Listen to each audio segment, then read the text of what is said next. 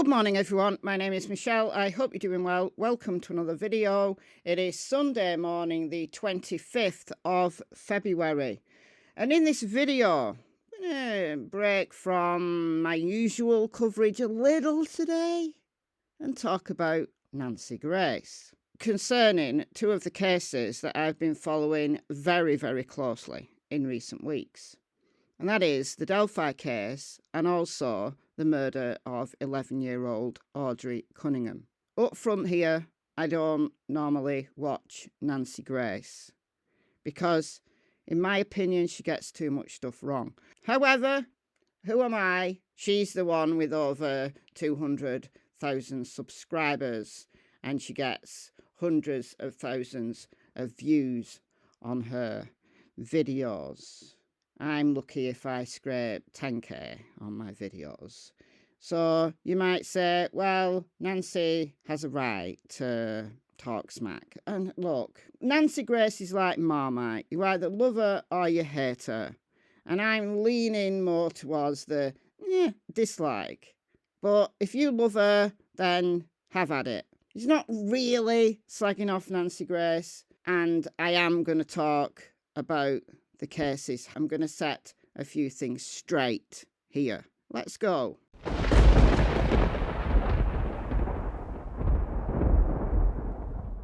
Let's start with the Delphi case. Now, there's an interesting thread going on in my Facebook group about this topic right now, and it's been interesting.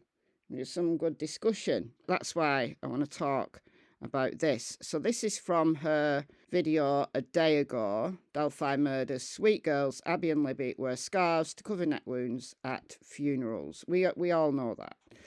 All right, so I'm only going to play a tiny snippet, and I've never used clips from Nancy Grace in any of my videos before, so I don't know what her and her company do with people who use clips. I think she might copyright claim the video.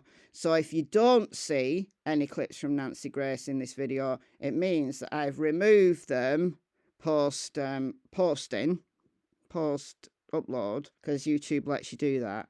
Because I don't want her getting the money for this video, however little it might be. So if you don't see any clips, it's because I've had to remove them. But I'm only going to play literally a few seconds. And this is concerning cat hairs found at the crime scene. Nancy's wrong on this. Let me know in the comments whether I'm right about this. All right, because I think I'm right, but let me know if I'm not. And also feline hair, cat hair. Police actually exhumed a family cat from the defendant Allen's yard to match up to cat hair found on one of the victims, a victim that we don't believe has ever been in the defendant's home. Okay, let's unpack that. Feline hairs found on one of the victims. Okay, where has that come from? Because it's not in the PCA.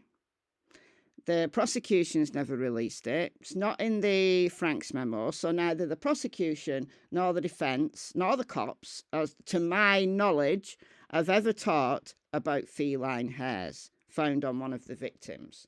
The closest is this. Now, this is from the search warrant done on Ron Logan's home. Now, remember, the girls, Abby and Libby, were found on Ron Logan's land. His property was searched twice, once on March the 6th and then once again later in March. And it says here, during the processing of the crime scene, investigators located unknown fibres and unidentified hairs, which may later be used for comparison of similar fibres and hairs. I've read this search warrant lots. I don't see any mention of feline hairs specifically. As long as there was enough DNA in those hairs that could be harvested from those hairs, then they could tell with 100% certainty what species those hairs came from. Fast forward to October 2022,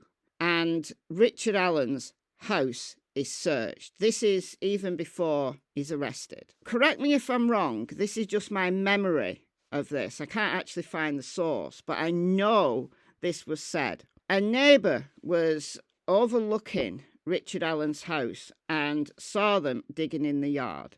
And it's from that it has become known, quote unquote, that they were digging up Richard Allen's dead cat.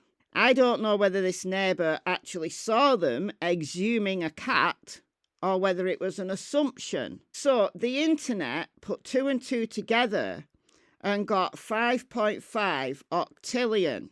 And if you've been following the Idaho murders, you'll know that an octillion is a number that has 27 zeros behind it. You know, because that's the match of Brian Koberger's DNA on the knife sheath with Brian Koberger. So what people have done is they've made a spurious correlation between hairs found at the scene that we don't know are feline, they might be, and the possibility that they may have dug up Richard Allen's dead cat. None of this we know as fact, Nancy Grace. Are you listening? No, of course she's not listening. But are you listening if you've believed this? Look, if you can find a source that Nancy's used here, and you know 100% that yes, it was feline hairs, and yes, they did dig up Richard Allen's dead cat. Now, even if they were feline hairs at the crime scene, and even if they dug up Richard Allen's dead cat, there is no information anywhere that said there's an actual match. And Nancy didn't say that either. She said to match with the dead cat that they dug up. To match with it. She didn't say they did match. People have just made an assumption of that. Those animal hairs could be anything. They could be dog hairs, they could be deer hairs, rat hairs, fox hairs, cat hairs. And if they are cat hairs, well, how do we know that they're not cat hairs from a cat that one of the victims' pet? Do we even know that Richard Allen had a cat, alive or deceased? We know he had a dog. There's a picture of him with a dog. Guess who else had a cat? Brad Holder had a cat and a dog in 2017. Elvis Fields has cats. So if they were cat hairs, were those cat hairs DNA tested against other suspects' animals? Look, I'm Switzerland. I don't know whether Richard Allen is guilty or not. The reason why it sounds like I'm supporting Richard Allen is because the way that this case is being handled is absolutely appalling. Richard Allen's right in the middle of it, suffering in Wabash Correctional Facility, treated in a way that a pre-trial detainee should never be treated. So in that regard, yeah, I guess I'm defending Richard Allen. But because I believe in justice and I believe in constitutional rights, and I believe that there is absolutely no way that Abby and Libby will ever get justice unless Richard Allen gets a fair trial. If it turns out that the hairs at the crime scene were cat hairs and they are a DNA match for Richard Allen's cat, dead or alive, then yeah, absolutely. That's a big red flag. Better than the bullet. But until we know, why is Nancy Grace stating this as a fact? That's my issue. All right, let's move over now to Audrii Cunningham and what Nancy Grace has said about her. Okay, so this is from 2 days ago. And she had Tim Miller on. Who's Tim Miller? Tim Miller, he's the founder of EquuSearch, Texas EquuSearch. And there's EquuSearch Midwest as well, which is headed up by Dave Rader. So it was Texas EquuSearch that went to search for Audrii Cunningham. And Tim stated in this interview that it was actually him and his sonar that found the body. He suspected that the body had been weighted down. He saw what looked like a body on the sonar and then couldn't find it again and went over and over and over that area 80 times and couldn't find that body again. But it was because the body was swirling on the end of a rope. So the rock had gone to the bottom and the body was like swirling round, so moving. And he said exactly what I said. It was so fortunate that McDougal was so dumb that he tied a rock to the body to weight it down. Had he not weighted Audrey's body, the river, according to Tim, was flowing at 4 miles an hour. So even within the time frame of her being murdered, it was hours and hours and hours before she was actually reported missing and search crews got out there. She could have been out towards the ocean. They'd have never found her. We've got to thank the small mercies. I didn't like the way Nancy spoke to Tim Miller, and I know she's got this very brusque attitude about her. That's not my issue, really, because I can be brusque. I can be a bit rude. I just thought she bullied him a bit. Listen. So where that was found, I decided I didn't start. Okay, wait. Are you talking about the Hello Kitty backpack? No, something else, not the backpack. What? We found something right at the edge of the river. I don't want to disclose that now. Was it a shoe? Was it clothing? It was clothing. So I decided I was Was it a girl's clothing? Yes, ma'am.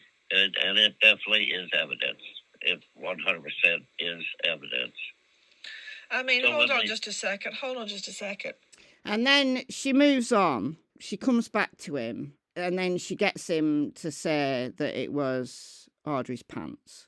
And then she says, he hard her. And maybe he did.